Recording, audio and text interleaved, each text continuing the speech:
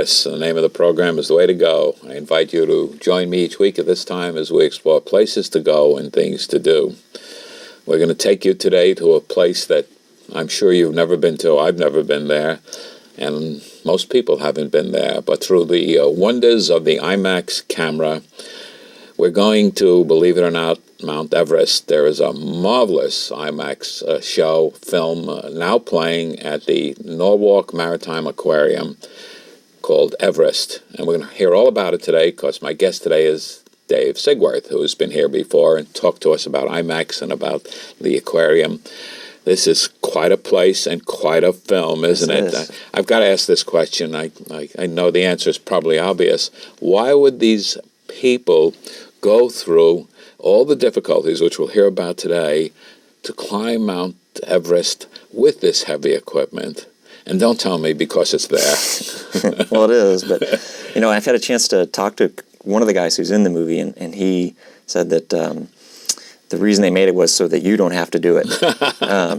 I won't. I promise you. I promise you I won't. But the funny thing, there's a lot of people who do want to try it, and that's maybe some of the problems that they've run into on the mountain is maybe having climbers up there who are somewhat inexperienced. And so I think this movie is a chance to sort of give you an appetite for that. And I think a lot of people end up appreciating how incredible it is to do it, but they leave going, I don't ever want to try that. So this has got to be the ultimate for people who like daring things to do and who like to climb mountains. Oh, yeah, absolutely. We had a premiere of the movie a few weeks back, and we had a lot of climbing club, the Alpine Club, the Appalachian Club members buy blocks of tickets because this is right up their alley, and there's a lot of public fascination with Everest right now because there's a best-selling book called Into Thin Air by John Krakauer, who was on the mountain at the time that the IMAX team was on there, and he was caught up in the tragedy that happened in May 1996. And some of that is included in this. It was 1996 that took place, and they were there and took part in this rescue effort. Right, and I mean, it sort of ends up being a convenience, and there's so much interest in Everest because of that tragedy. If they'd have been up there a year later, would the interest in this movie be as great? Hopefully, yes, but I think there's that fascination with that whole incident in May 1996 that IMAX, the team, happened to be on the mountain at the time. I think they were one of maybe a dozen teams of climbers trying to get up to the summit that year, that spring, and it was just, fate or misfortune that they were there. There never has been an IMAX film of Mount Everest, so this is really the first. Right. Go ahead. And this group with all this heavy equipment, 80-pound camera, 90-second rolls that run, weigh 5 pounds, and they had to take off their gloves in this 20-degree, minus 20 degree, is it? Probably even worse than that with the wind chill. With the wind chill factor. To load these things every 90 seconds. Right. I suppose the question is, why do they do it? And again, it must be great dedication. But these are experienced mountain climbers, aren't they? The producer, David Bricher, is it? Right, Bricher's right. The whole team really was experienced climbers. David Bricher has been up Everest several times. He's made ABC movies. I think he was the first to broadcast live from the summit of Mount Everest through some ABC Wide World of Sports special a few years back. Ed Viesters, who was the climbing leader, is an experienced. He's actually America's top Himalayan climber. He's been up. But he did something unusual on this particular climb, didn't he? He does, not just on this climb, but his goal is to climb the top 14 tallest mountains in the world without using supplemental oxygen. These mountains are up at about 25 to 29,000 feet, which is where airplanes fly. And so most climbers use supplemental bottled oxygen. They almost look like, fighter pilots with the masks and oxygen. But Ed Viesturs is on a goal to climb all 14 of the tallest mountains in the world without bottled oxygen, and he does it in Everest, in the movie Everest. So these are guys who are used to the high altitudes, and I think the challenge for them, they were approached by Greg McGillivray, who has an IMAX production company. About that was the idea, is to see could they make one at the top of the world, because it's never been done before, and they were up for the challenge. It's amazing to me, and I didn't know this, that they have to acclimate their body to these high altitudes, don't they? So they don't just start and go right up to the top, do they? No, it's a long process. I think you're on the mountain for 6 to 8 weeks. It takes, actually, it's a 30-mile trek just to get to base camp. And then there's, I think, 4 camps that you're just working your way up to, and you don't just go to the first camp and rest. You're constantly going up and down until you're ready for that. Then the next stage up to camp 2, back down to 1, back and forth, back and forth. And what this is called is acclimatizing your body, because the higher you go, the less oxygen there is, and it does terrible things to your body. You can't get enough air, especially as you get higher and higher and higher. I think you'll hear in the movie that one of the guys says this must be what drowning is like, because your body just can't get the air in, and so it starts sort of burning up your own muscles to try and find energy and oxygen. What is the greatest challenge? The fact that the body is being put to these great tests, or is the climb difficult? I think it's more the altitude. I don't think. Climbers have these scales that they rate mountains by, and I don't know what Everest is, but I don't think it's difficult. It's just high and dangerous. Dangerous because of crevices, storms, slides, anything that can happen. All those things, right? Yeah, landslides. There's bottomless crevasses. They have to. You show it's really. If you don't like ladders, don't see this movie, because they have. The native people, the Sherpas, go up with them. These are people who are native to Tibet and high altitudes, and they're able to. Their blood carries more oxygen, so they're able to handle that a little bit better. So they help out with these climbers, and they take ladders up and lay ladders over crevasses, and so you have to walk over this bottomless crevasse with these big boots on, with the spikes on them, and work your way over on these ladders. And you see that. There was one review of this movie I read that said that they tell you don't look down. Well, the IMAX camera looks down, and you kind of go, oh, boy, I don't want to ever do that. Because the IMAX, it's huge, right? The screen itself is 6 stories high, 8 stories wide, right? And I have to admit that when I go there, I always sit close, because I want it to be all around me. I know a lot of people sit back because the screen is so far, but you really get into it because your peripheral vision allows you to be a participant. I don't know if I'll sit so close on this one, though. I haven't seen it yet, so I'm looking forward to it. But it must be a terrible feeling when you actually feel, because of the camera itself and the way it's done, that you're really there. Yeah, it's not cold, though. It's not cold. And you can breathe. But yeah, it does. That's the beauty, and that's really what is different about seeing an IMAX movie, is the scale of it, the scale of the screen, and the cameras themselves are very different and expensive. I think this camera that they used was like a $200,000 camera, and like you mentioned, you can only film for short periods of time. So, and that's one of the challenges of making this movie, is not only getting the heavy camera up there. These are people who cut holes in their toothbrushes to save weight when they climb, and here they were asked to lug this big camera up there. But the camera had to be modified because of the cold. I would imagine that I know if I take out my little point and shoot and it's too cold, it doesn't work too well. Yeah, it freezes or frosts up, right. And so they did devise it so it wasn't the usual 80 pounds. I think it was about 35 to 40 with different types of gears to prevent it from ever freezing up. And you mentioned not using gloves. David Breershers was so fanatical about getting a little hair or a piece of lint in the camera, because when you show then that on IMAX, it looks like a python or something. State Building. Yeah, this huge piece of hair on the screen. So he would take his gloves off no matter where they were, no matter how cold it was, to change the film cartridges just to make sure that nothing got in there. fortunately, because you brought it along, are able to show a short portion of it. Of course, it's not an IMAX, and it's small, and you only really get the feeling. Right. But with the narration, I think you get some of the feeling of what these people were going through in the climb, and we'll be able to show that. And we'll do just a small portion of that. Okay. And why don't we take a look at it now and Great. get a feeling of what it is. Okay. I felt completely alone. All I heard was the sound of my own breathing through the oxygen mask.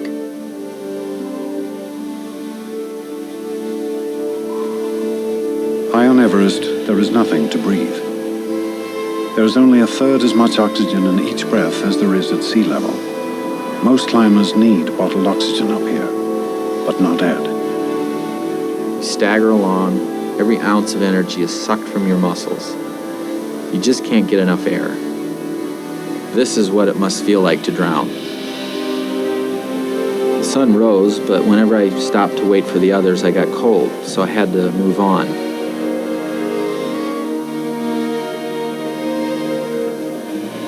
I climb without bottled oxygen because I like the challenge. It's just me and the mountain. It's as simple as that.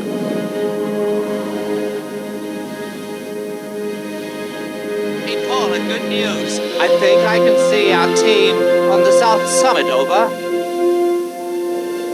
The human body is not built to survive up here. It screams at you to turn around and go back.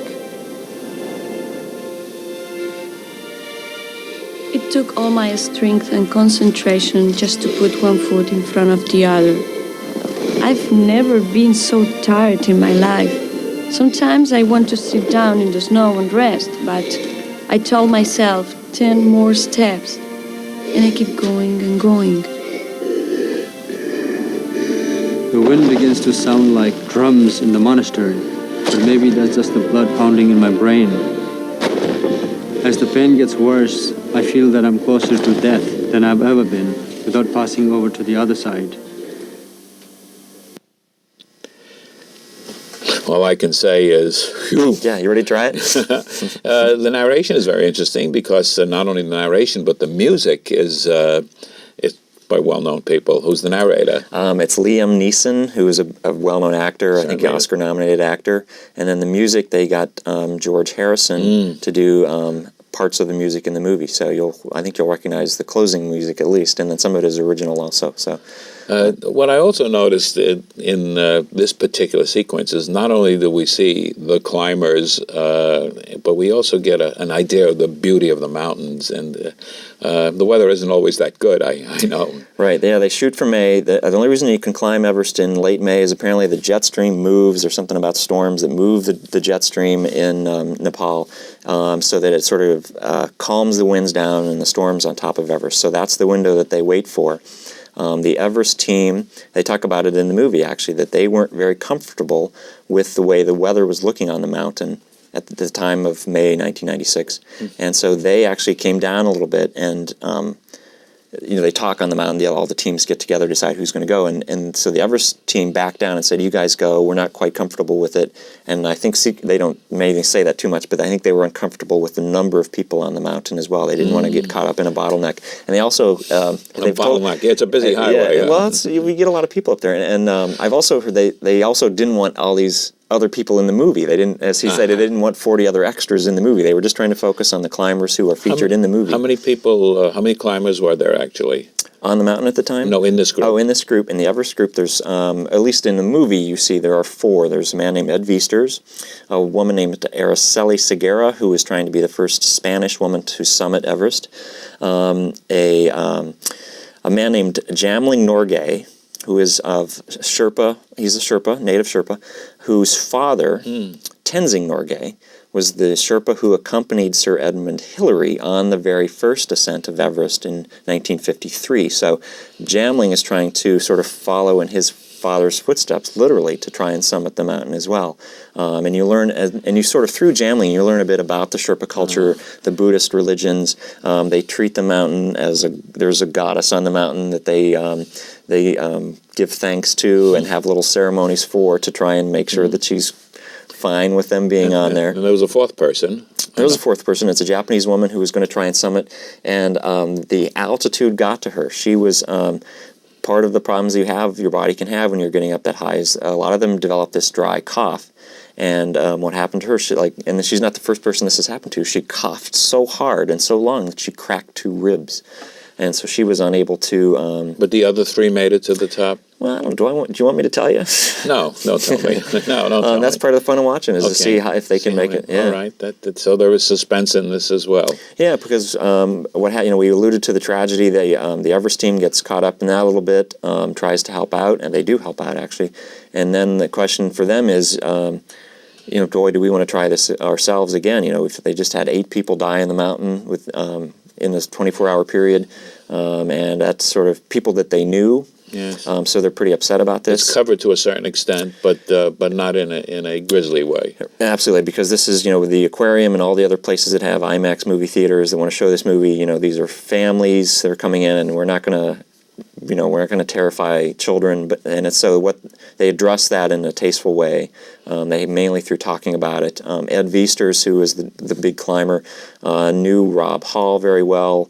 There was another guide on the mountain leading groups up named Scott Fisher. Scott was the photographer at Ed's wedding, so they were all very close. The high altitude climbers, I think, it's a pretty tight community. I'm curious about one point. There are 4 climbers, but of course there's the crew, the film crew. How large a crew is that?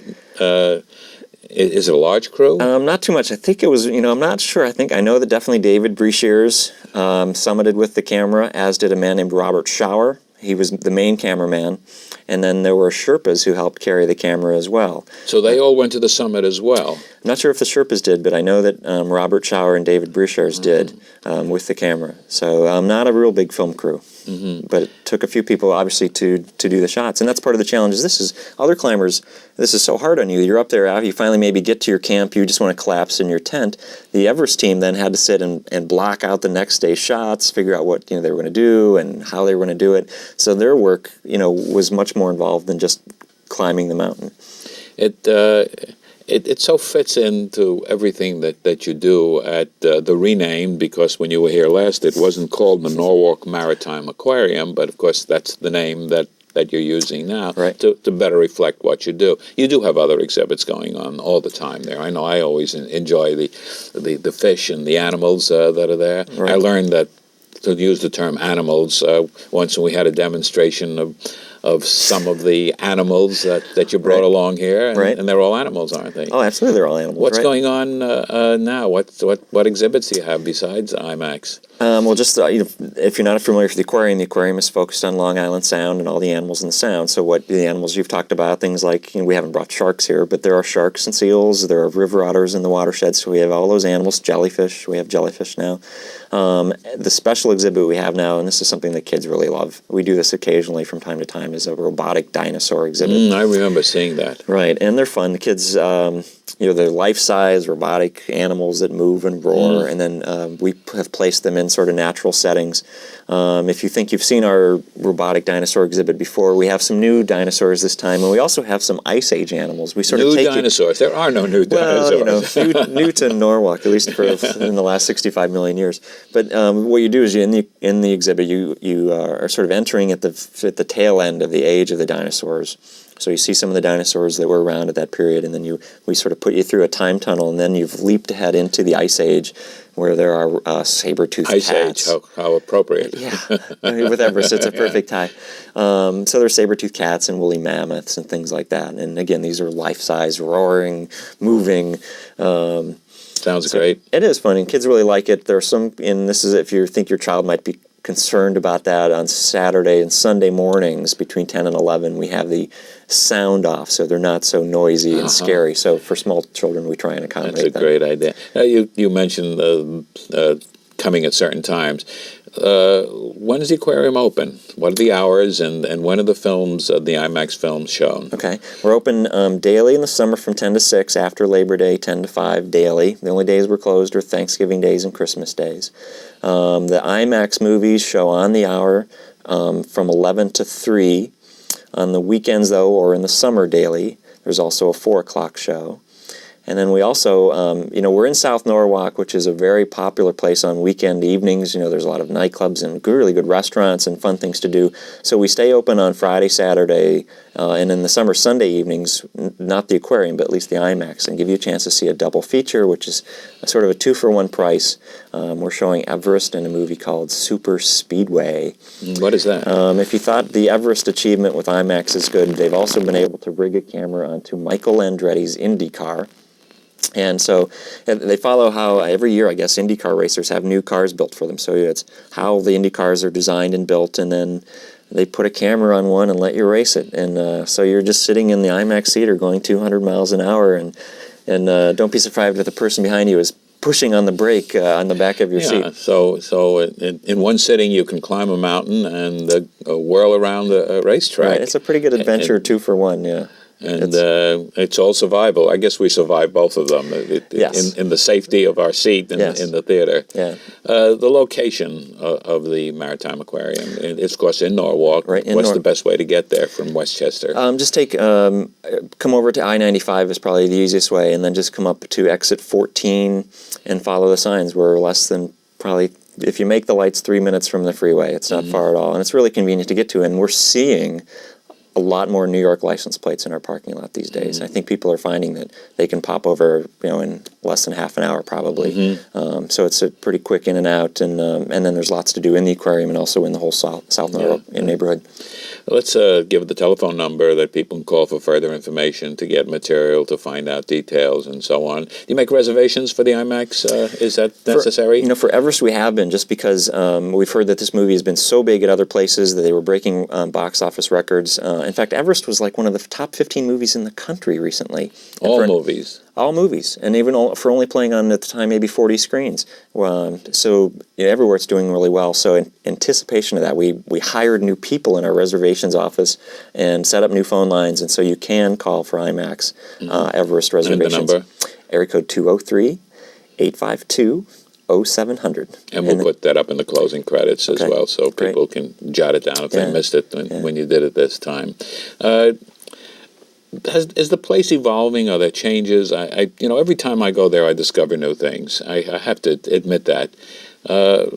Maybe you don't absorb it all at one time.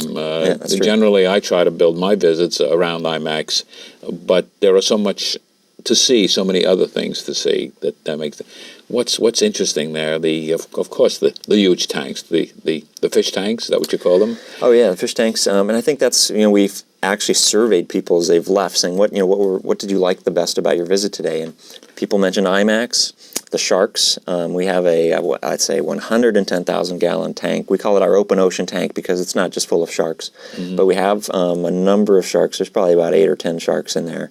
And they're pretty big sharks. A lot of people don't like to know that there are sharks in Long Island Sound, but there's probably at least 4 resident species of sharks in the Sound. I'm always amazed that people actually go in those tanks, don't they? From time to time, not too often. Maybe once or twice a year, they'll send divers in to clean the glass or scrub algae or clean the rocks off. But just like if you saw a bear in the woods, unless the bear was protective about something, just like the sharks are the same way. They tend to just get out of the way. The sharks are definitely not hungry. They're just opportunistic. So you do need to be careful that you're not showing signs of irrational behavior. And that's the problem we have when we try and add fish into the tank, is trying to get the new fish into the shark tanks to just swim normally like they usually do and not swim erratically, because to a shark that's just a dinner bell, because the shark is looking for clues that a fish might not be, that he might be injured or sick or some sort of irrational, erratic behavior. To a shark that means easy prey. So they're a tough customer. Let's climb back up on Everest. Sure.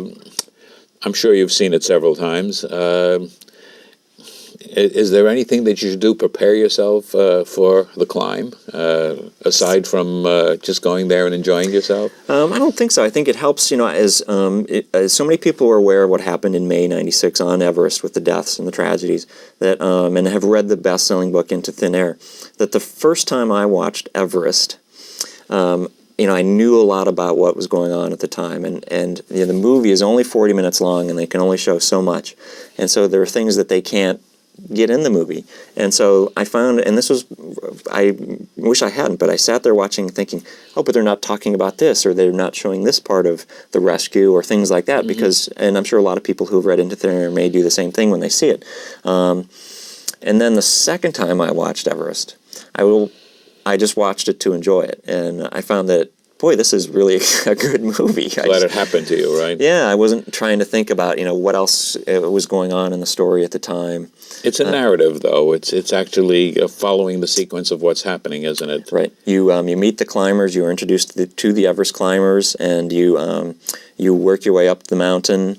The sort of the center part of the movie talks about how they do get caught up in the tragedy, and how they do put the camera down and go up the mountain to try and help some of the climbers. Especially, there's a man named Beck Weathers, who the IMAX team, his hands were frozen. He was left for dead, basically, out in the storm, and somehow found the personal courage to stand up suddenly and find his way into camp in the storm, despite, he'd lost his gloves, his hands were frozen, his eyes were nearly swollen shut, he couldn't see very well.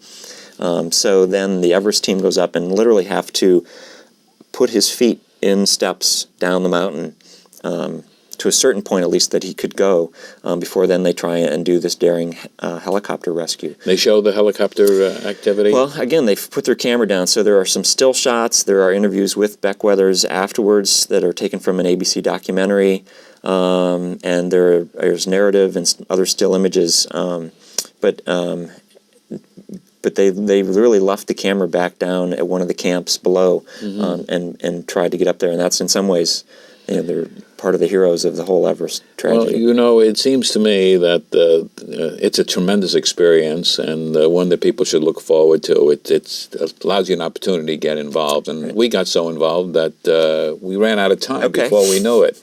And thank you so much for being here today and taking us up at least part of the way to Mount Everest. But now you don't have to do it yourself. But I do want to do it at IMAX, and I think that our viewers will too. Thanks a lot. Thank you. We've talked about the IMAX film Everest, which is at the Norwalk Maritime Aquarium. My guest today is Dave Sigworth of the aquarium.